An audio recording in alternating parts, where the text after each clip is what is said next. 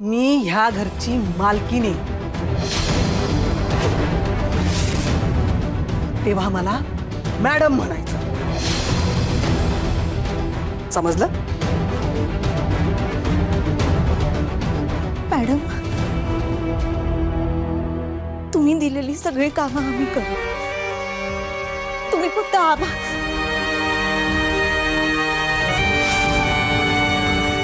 आबांना हे काम नको. Madam please.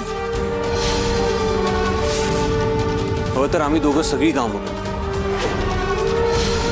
पण आमच्या आबांचा असा अपमान नका करू. ए बास, इथं कोणी काय करायचं आणि करायचं नाही हे आम्ही ठरवणार, तुम्ही नाही. आम्ही बोललो आणि विषय संपला.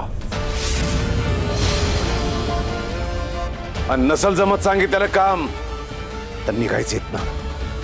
चला.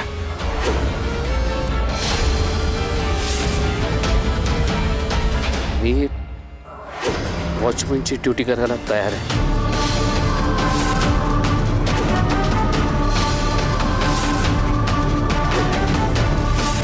मी हे घर मेहनतीनं उभं केलं. माझं घर मी स्वतःच्या घराची राखण करताना कसलेली लाज.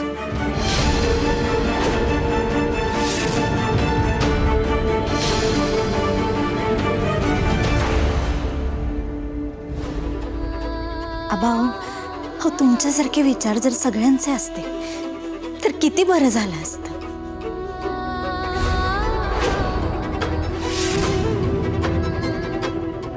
पण नाही ना, सगळ्यांना नाही जमत ते. माणसाच्या अंगावरती कुठले कपडे आहेत याने त्याची पात्रता ठरत नाही.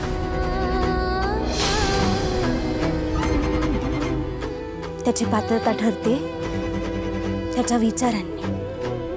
आणि आबा तुमचे विचार खूप मोठे आहेत, त्यामुळे तुमची बरोबरी करणं असं कोणालाही जमणार नाही.